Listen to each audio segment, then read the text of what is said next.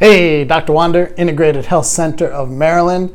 You know, today was interesting. We had a patient come in, and she's actually a trained anesthesiologist, and she was a thyroid patient. And I made the mistake of thinking that she would know the general expanded thyroid sort of physiology and how hormones go from one area to another. And she, pardon me, and she didn't. And so if she didn't, as a trained anesthesiologist, then I'm figuring that a lot of you out there probably don't know either.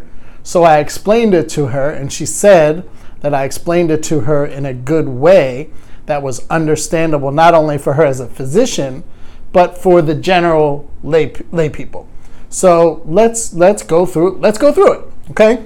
So TSH, thyroid stimulating hormone, is produced in the pituitary gland, and required for this is zinc and protein, especially a protein called tyrosine. So to produce the right amount of TSH, which typically, if you are on thyroid hormone like Synthroid or levothyroxine or something like that, this is the only marker that's being looked at to determine, usually anyway, what dosage and what medication you need.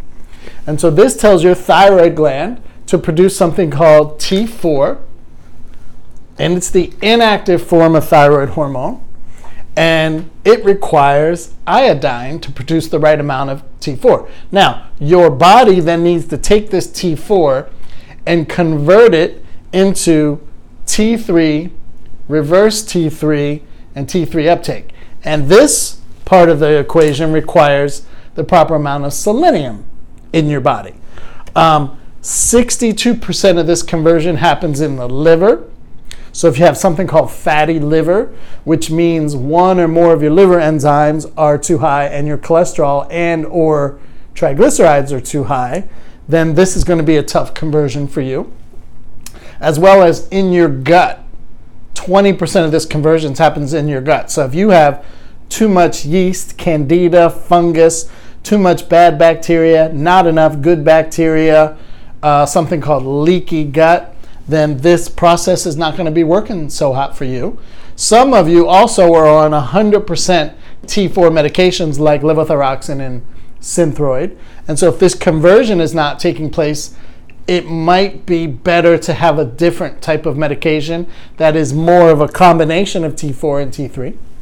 Obviously, every case is different, but the proper amount of the T hormones is necessary for cell communication, which for that, you need the proper amounts of vitamin A and vitamin D, which is very important.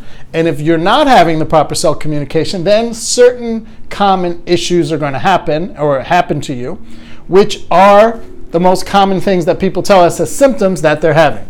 So metabolism, no energy, problems sleeping, problems falling asleep, which is typically a gallbladder issue, and problems staying asleep, which is typically an adrenal gland issue, or you sleep fine, you fall asleep fine, you go to sleep fine, you wake up and you're still tired.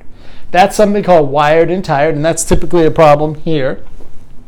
Weight loss, hair thinning, hair loss, skin issues, cholesterol that's too high. These are all common things, and required for these are what's called essential fatty acids like omega-3. And now my patient, the anesthesiologist, she said, well, is it too simple to say that I just need to get zinc, the proper protein, iodine, selenium, vitamin A and D, essential fatty acids, and then I'm good to go? And of course that's too simple because everyone doesn't have a problem with all. These are just common things that must be in. You know, you can go, I'm going to go get selenium. And what you don't know is supplements and vitamins aren't regulated by anyone. And so you and I could make a formula today and put whatever we want on the label and then put whatever we want in the supplement. And it might not be the same, and it doesn't have to be the same, and it's 100% legal. So hopefully this clears up some of the confusion that a lot of people have out there. We're going to be making some more videos that are specific on each of these different reactions, etc. But if you or someone you know is having issues, very frustrated, having any of these symptoms over here. By the way, 90 to 97% of you don't have a thyroid problem. You have a different problem. So if you don't have the right diagnosis, how are you going to get the right treatment plan? So I am the author of It's Not You, It's Your Thyroid. If you or someone you know is interested in getting to the bottom of this now, get in touch with us. There's many different ways to see if we would accept your case. 301-770-5395. Have a great holiday season. That's all for now.